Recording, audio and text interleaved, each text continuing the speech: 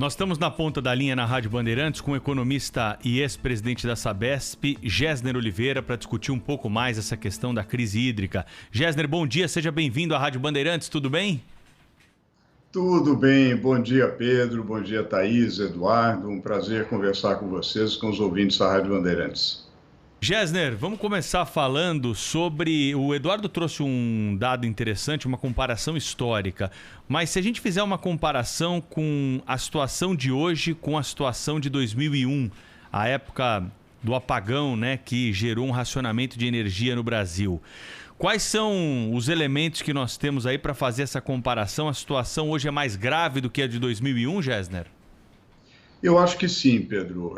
Eu acho que é mais grave e eu acho pela seguinte razão. Nós temos, do ponto de vista de energia armazenada, ou seja, água armazenada para se transformar em energia nos reservatórios, nós temos um vale, realmente é um nível mínimo, é um recorde de mínimo. Então, aí você tem uma dificuldade. Se você compara com a crise de 2001, é algo equivalente, a curva está bem abaixo da média histórica, aí tomando uma média histórica desde 1999, né, o que a gente toma cuidado de tomar médias em períodos que precisam ser suficientemente longos para serem estatisticamente significativos, mas também não longos demais, porque, como se sabe, há uma mudança climática muito grande, então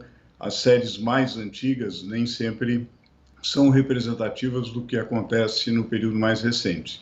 Então, o que a gente observa é que essa energia armazenada já está bem abaixo da média histórica.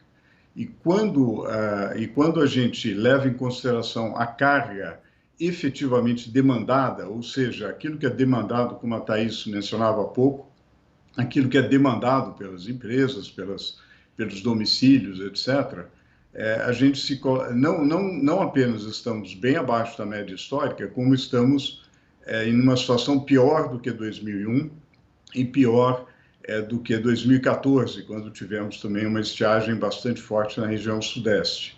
Agora, isso é o lado ruim da história, Pedro. Há dois fatores que ajudam hoje relativamente ao passado. O primeiro é que houve uma certa diversificação da matriz elétrica. Felizmente, nós avançamos na energia eólica e nós temos maior disponibilidade de energia térmica. Então, nós temos mais flexibilidade ou menos dependência da energia hidrelétrica e, consequentemente, do regime de chuvas hoje do que em 2001. Isso é um fator positivo, bem como o sistema de transmissão melhorou também. Então, nós temos um pouco mais de flexibilidade. Infelizmente, é pouco. Nós precisaríamos ter muito mais energia eólica, muito mais energia solar, muito mais fontes renováveis. E nós temos condições para isso, para ter um sistema menos vulnerável. Gessner, com essa colocação que você faz, que em relação ao sistema hídrico a situação é mais grave do que em 2001, em relação a outras fontes, hoje a nossa situação é um pouco mais confortável. Juntando essas duas equações, o que é que vai acontecer, Gessner? Não estou te pedindo uma bola de cristal, mas é claro que há uma ansiedade hoje na sociedade em relação à possibilidade de racionamento ou mesmo de apagão. Você acha que essas duas possibilidades são reais? Olha, infelizmente sim, Thaís. Eu acho que elas são reais. Do ponto de vista de oferta de energia elétrica, nós temos uma economia que a gente torce para que ela recupere, ela está em recuperação, portanto tem uma carga demandada razoável, e nós temos essa situação crítica, né? Realmente a gente não pode deixar de transmitir para a sociedade essa situação de crise. Realmente nós estamos vivendo uma crise e fazendo aqui uma analogia com a crise sanitária, né? Não adianta dizer, olha, não tem problema, isso daí vai passar, etc., porque não necessariamente teremos um racionamento, mas há uma situação crítica e, portanto, as famílias devem se preocupar com isso. Já está doendo no bolso, né? A subida para o nível 1, bandeira vermelha, nível 2, e agora um anunciado reajuste do valor do nível 2 da bandeira vermelha vai doer no bolso, evidentemente, já está doendo no bolso. Nós estamos com uma conta de energia elétrica em 12 meses crescendo a 20%, contra uma inflação cerca de 9% nos últimos 12 meses. Então, é realmente uma situação que exige a conscientização da sociedade para se preparar para ter planos contingentes. Isso vale muito para as empresas. Muitas das empresas já estão com planos contingentes para ter os vários cenários. E é preciso fazer isso para que a gente enfrente essa situação de uma forma organizada e de uma forma muito, ainda tendo alternativas. Obviamente, um apagão representa um desastre do ponto de vista econômico e obviamente, muito perigoso em várias situações, seja do ponto de vista da segurança, seja do ponto de vista dos serviços essenciais, como de hospitais, etc. Então, é necessário conscientizar a sociedade e é necessário plano contingente.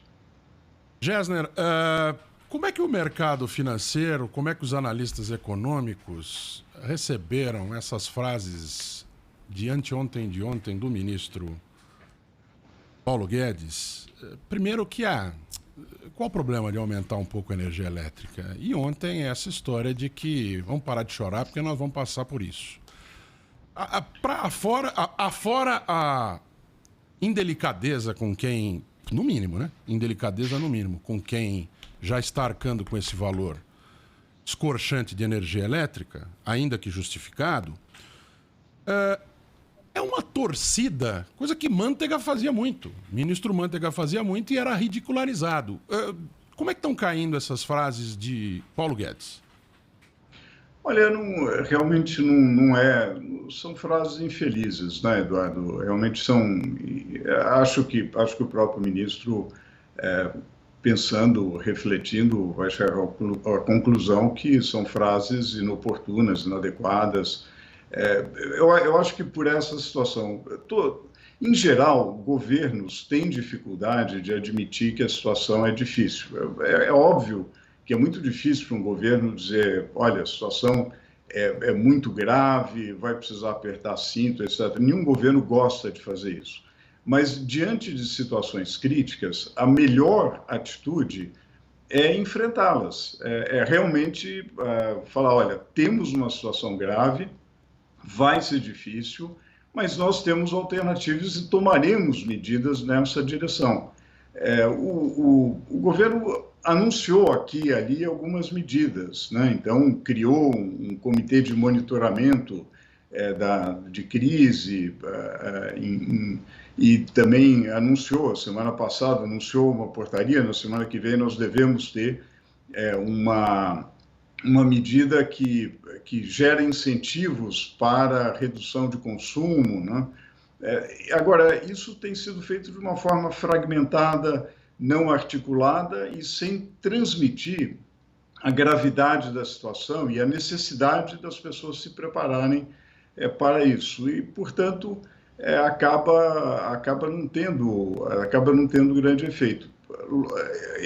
Eu acho que essa a leitura do mercado financeiro é uma leitura de que o governo não está sabendo administrar essa crise. Quer dizer, mais uma vez, diante de uma situação de crise iminente, não está havendo uma gestão adequada dessa crise, e isso, naturalmente, piora as expectativas, há uma reversão aí nas expectativas de crescimento, ainda que a gente terá crescimento esse ano, mas, digamos, o otimismo em relação à expansão da economia naturalmente diminui.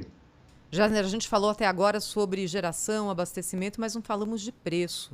E hoje a expectativa de que a ANEEL divulgue o novo valor da tarifa vermelha, fase 2, fase 3, enfim. Mais uma facada no bolso de todo mundo. Isso é inevitável mesmo, Gessner?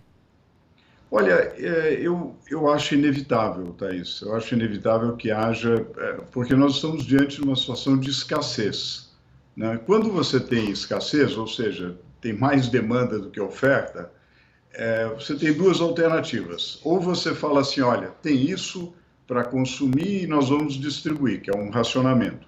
Ou você deixa o sistema de preços funcionar. É mais eficiente deixar o sistema de preços funcionar, porque isso permite que digamos, as famílias e as empresas tomem as decisões necessárias. Se uma empresa não pode ou não é eficiente para ela reduzir muito o consumo de energia, ela vai tomar algumas medidas, mas eventualmente a conta vai ficar mais cara. Outras empresas vão inovar, vão ter alternativas, etc. A mesma coisa se aplica às famílias. É melhor fazer via preço do que fazer via quantidade. Agora, o que tá faltando, Thaís, essa coisa de realmente dar informação de forma muito transparente, muito clara, transmitir a gravidade da situação para que as pessoas se deem conta. Quer dizer, um aumento do nível 2 da bandeira vermelha, que a ANEEL deve anunciar, ele pode representar, na conta média, eu vou dizer aqui um número estimado, não fiz a conta ali na ponta do lápis, mas ele pode representar alguma coisa como 15% a 20% a mais na conta de energia, que já é salgada. Na conta final, 15 a 20 na conta final, é isso? Sim, é muito, hein? Final, que já está muito salgada, né? Então, ela deverá, um aumento dessa ordem, a gente precisa ver também qual será a ordem de magnitude do aumento, deveria reduzir bastante o consumo, né?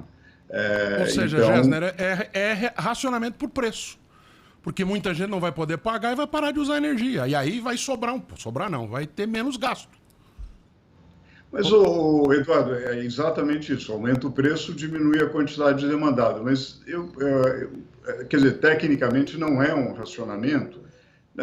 O racionamento ele é mais oneroso porque ele fala assim, olha, todo mundo vai reduzir 20%, ponto final. Em alguns casos, isso é um desastre. Quer dizer, não dá para reduzir 20% em alguns casos, pode causar problemas seríssimos. Então, quando você faz via preço, você tem maior flexibilidade, né? Agora, é claro que você pode fazer algumas compensações. Você pode ter um tratamento específico para camadas menos privilegiadas, com menos recursos. Você pode também induzir, ter algum tipo de indução. Vocês se lembram da crise de abastecimento, agora de água mesmo, para consumo humano, lá de 2014. Quando você tem um bônus, você dá um prêmio para quem reduz mais o consumo de água, né? Assim como você pode dar um prêmio para quem reduz mais consumo de energia. Talvez você possa ter um plano, essa aqui é uma ideia possível, que para determinadas faixas de renda você tenha um programa de indução à redução. Quer dizer, que é uma redução, mas ela não é tão penosa porque a pessoa ganha um desconto na conta, né?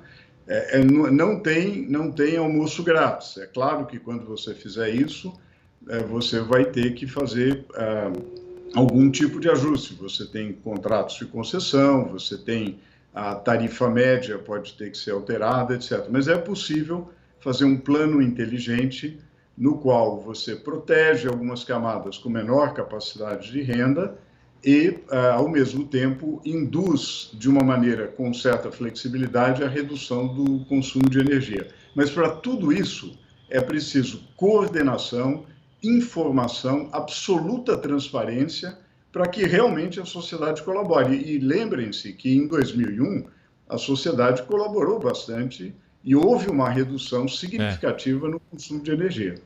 Gessner Oliveira, economia sem economesco, Gessner, hein? Ele consegue falar e a gente entende o que ele está falando, né? Ao contrário de outros analistas aí que são muito mais técnicos. O Gessner é bem didático, por isso foi convidado para participar hoje do Jornal Gente e contar em detalhes o que está acontecendo nessa questão da crise hídrica. Gessner, obrigado pela participação, hein? Um abraço para você.